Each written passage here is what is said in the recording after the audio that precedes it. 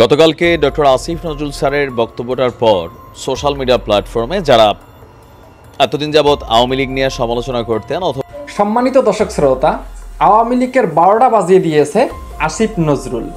ভিডিওটা খুবই চাঞ্চল্যকর একটি ভিডিও। আপনারা ভিডিওর প্রথমে যে একটু ক্লিপ দেখতে পাচ্ছেন যে এই লোক একই বক্তব্য দিচ্ছেন যে আওয়ামী লীগের নাকি 12টা বাজিয়ে দিয়েছেন আসিফ নজরুল। বিস্তারিত জানতে চলুন আমরা ভিডিওটাকে শেষ পর্যন্ত দেখি, তারপর বিস্তারিত কথা বলবো। চ্যানেলে নতুন হলে চ্যানেলটি অবশ্যই সাবস্ক্রাইব করে নেবেন। গতকালকে ডক্টর আসিফ নজরুল স্যারের বক্তব্যটার পর সোশ্যাল মিডিয়া প্ল্যাটফর্মে যারা এতদিন যাবৎ আওয়ামী লীগ নিয়ে সমালোচনা করতেন অথবা কি বলা হয় যে ডক্টর আসিফ নজরুলকে খুব কাছের মিত্র বিশ্বস্ত ভাবতেন, ইভেন তিনি উপদেষ্টা পদে বসার পরেও খুব পজিটিভ যাদের ভূমিকা ছিল সেখানে পিনাকি থেকে শুরু করে আরো অনেকেই কিন্তু এখন তাকে নিয়ে সমালোচনা করা শুরু করেছেন। কিন্তু মিষ্টি কথা বলা দিন শেষে কালকে যে সিদ্ধান্ত তিনি দিলেন, আওয়ামী লীগের পক্ষে সিদ্ধান্ত দেন সেটা তার ব্যক্তিগত মতামত দিয়েছেন বা আওয়ামী লীগকে দল হিসেবে নিষিদ্ধ করার যে ইস্যুটা, এই সিদ্ধান্তে আওয়ামী লীগের যে হাত পা ছিল অনেকগুলা ভেঙে গেছে। এতদিন যাবত আমরা দেখেছি আওয়ামী লীগের অনেক নেতাকর্মী বা এমপি মন্ত্রীরা অ্যারেস্টের পর হাসাহাসি করতেছিল, কারণ ভরসাটা কোথায় ছিল এই একটা নেগেটিভ পরিস্থিতিতেও আদালতের প্রতি। কারণ গত 15 বছর অ্যাটর্নি, সহকারী অ্যাটর্নি বা বিভিন্ন জায়গায় জেলা জজ বিচারপতি বিভিন্ন সেক্টরে যে সেটআপটা ছিল, ভাবতেছিল যে না ওইখানে গেলে খালাস পেয়ে যাবো, কিন্তু ডক্টর আসিফ নজরুল স্যার খেলা কিন্তু শেষ করে দিছে। কি সিদ্ধান্ত নিয়েছে দেখেন, সুপ্রিম কোর্টের আমরা যদি দেখি সুপ্রিম কোর্টের 66 আইনজীবীকে ডেপুটি অ্যাটর্নি জেনারেল এবং 161 আইনজীবীকে সহকারী অ্যাটর্নি জেনারেল পদে নিয়োগ দেওয়া হয়েছে। মানে একদিনে প্রায় 227 জনকে নিয়োগ দেওয়া হয়েছে। প্রশ্ন হলো আগের তারা কই? এবার আসেন, আইন মন্ত্রণালয়ের সলিসিটর অনুবিভাগ গতকালকে পৃথক প্রজ্ঞাপন করেছে।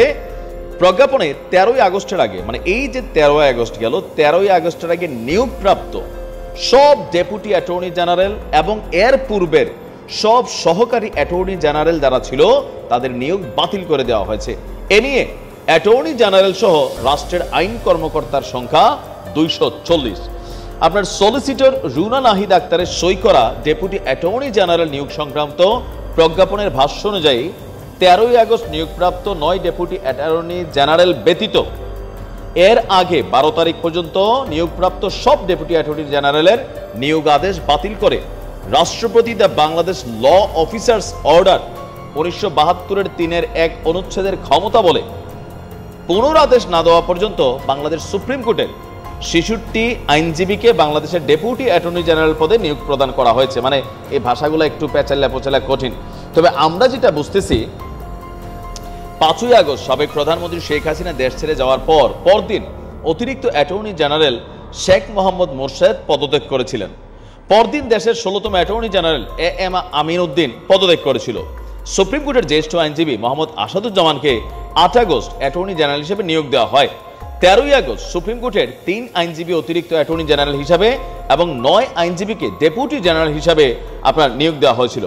এর আগে বিগত সরকারের আমলে নিয়োগপ্রাপ্ত অতিরিক্ত attorney general, deputy attorney general অনেকে পদত্যাগ করেছিলেন, বাট যারা ছিলেন তাদেরকে এক ঠেলায় সাফ করে দেওয়া হয়েছে। এখন এটাতে কি ভূমিকা আসবে? অ্যাটর্নি জেনারেল, ডেপুটি অ্যাটর্নি তারা হচ্ছে রাষ্ট্রপক্ষ, বুঝেন তো? ধরেন রাষ্ট্রবাদী যে মামলাগুলা রাষ্ট্রপক্ষ। এখন ধরেন একজন দুর্নীতিবাজ এসালম কথার কথা বা ওবায়দুল কাদের বা ধরেন যে কোনো একজন ব্যাংক লুটেরা বা একটা রাষ্ট্রীয় মামলার মতন একটা কাহিনীতে আটকে গেছে। এখন তার আইনজীবী এসে আদালতে জামিন চাচ্ছে, তাকে ডিফিট করবে কে? এই রাষ্ট্রীয় আইনজীবী যারা আছে, মানে attorney general, deputy attorney general বা সহকারী অ্যাটর্নি জেনারেল যারা আছেন, তারা কিন্তু রাষ্ট্রের পক্ষে, সরকারের পক্ষে মামলাটা লড়ে। বুঝতে পারছেন সিস্টেমটা কোন জায়গায় আটকেছে? তো যারা গ্রেপ্তার হচ্ছে তাদের মধ্যে এতদিন ওই যে রিমান্ডে হাসাহাসি করা, তারপর চিকেন খাইয়া মনে করতেছে যে বের হয়ে যেতে পারে, তাদের জন্য কিন্তু সব আউলাই গেল। আর এই কাজটা কে করলো? আইন মন্ত্রণালয়ের দায়িত্ব কার? ডক্টর আসিফ নজরুলের। আওয়ামী লীগের সুসংবাদ দিছে একদিকে এটা সুসংবাদ না, এটা প্র্যাকটিক্যাল। বাংলাদেশের প্রেক্ষাপটে কখনো কোনো দলকে নিষিদ্ধ করার সুযোগ নাই। যদি কোনো সরকার করে আওয়ামী লীগের মতন, পরের দিন রেজাল্ট চেঞ্জ হয়ে যাবে বা সরকার পটভূমির সাথে এটা পরিবর্তন হবে। কিন্তু এখন যেটা ঘটছে, তিনি আসলে এই বড় খবরটাকে একটু ফোকাস থেকে সরে রাখার জন্য ওই খবরটা সামনে আসছে যে আওয়ামী লীগের রাজনীতি নিষিদ্ধ করার সমীচীন মনে করেন, কিন্তু তলে তলে কাম সেরে লেছে। তবে ইটস এ গুড সাইন। এই মুহূর্তে বিচার বিভাগের সংস্কার দরকার ছিল, আসলেই ছিল। গত কয়েক বছর যাবৎ জাস্ট হচ্ছে দল, পদ, পরিচয়। এর আগেও রাজনৈতিক সরকার আসলেই এখানে একটা খেলা শুরু হয়ে যায়, তারপরেও হয়তো কিছুটা ভালো মন্দ থাকে, কিন্তু আমার মনে হয় যে সংস্কারটা এই জায়গাগুলোতে জরুরি। বিচার বিভাগের কাছে প্রত্যেকটা মানুষ বিচার প্রাপ্য। আমি আওয়ামী লীগ করি, আমি বিএনপি করি, জামাত করি, আমার বিরুদ্ধে একটা অন্যায় করেছে, রাষ্ট্র করেছে, পুলিশ করেছে, সাধারণ মানুষ করেছে, আমি বিচার বিভাগের কাছে গিয়ে কিন্তু নিরাপত্তা চাইবো, আমি বিষয়টার ফায়সালা চাইবো। সেখান থেকে যদি রাইট ফায়সালা না আসে, রাষ্ট্রের প্রতি সিদ্ধান্ত বদলায় যায় মানুষের। তো দেখা যাক কি হয়। ভালো থাকবে। সম্মানিত দর্শক শ্রোতা, আমরা কিন্তু বিস্তারিত জানতে পারলাম ভিডিওটা শেষ পর্যন্ত দেখে। আওয়ামী লীগের কীভাবে 12টা বাজিয়ে দিয়েছে এই আসিফ নজরুল, তা কিন্তু আমরা বিস্তারিত জানতে পারলাম। এই আওয়ামী লীগ কোনোভাবেই ডক্টর ইউনূসকে মেনে নিতে পারতেছে না। ডক্টর ইউনূস যেভাবে দেশ চালাচ্ছে এভাবে দেশের উন্নত হবে। তবে আওয়ামী লীগ আবারও একটি নতুন সংগঠন তৈরি করবে, এটা অনুমান করা যাচ্ছে। তবে আওয়ামী লীগ যদি আবারও বাংলাদেশের মধ্যে ক্ষমতায় আসে, তারা কি করবে আবারও বাংলাদেশের মধ্যে, অবশ্যই আপনার মূল্যবান মতামতটি কমেন্ট বক্সে লিখবেন। আর আপনি আওয়ামী লীগ সরকার যাতে আবারও ক্ষমতায় আসে আপনারা সাপোর্ট করবেন কি না, অবশ্যই আপনার মূল্যবান মতামতটি কমেন্ট বক্সে লিখবেন। এইরকম আপডেট ভিডিও পেতে চ্যানেলটি অবশ্যই সাবস্ক্রাইব করে নেবেন। তো ধন্যবাদ সকলকে, নেক্সট ভিডিওতে দেখা হবে। আল্লাহ হাফেজ।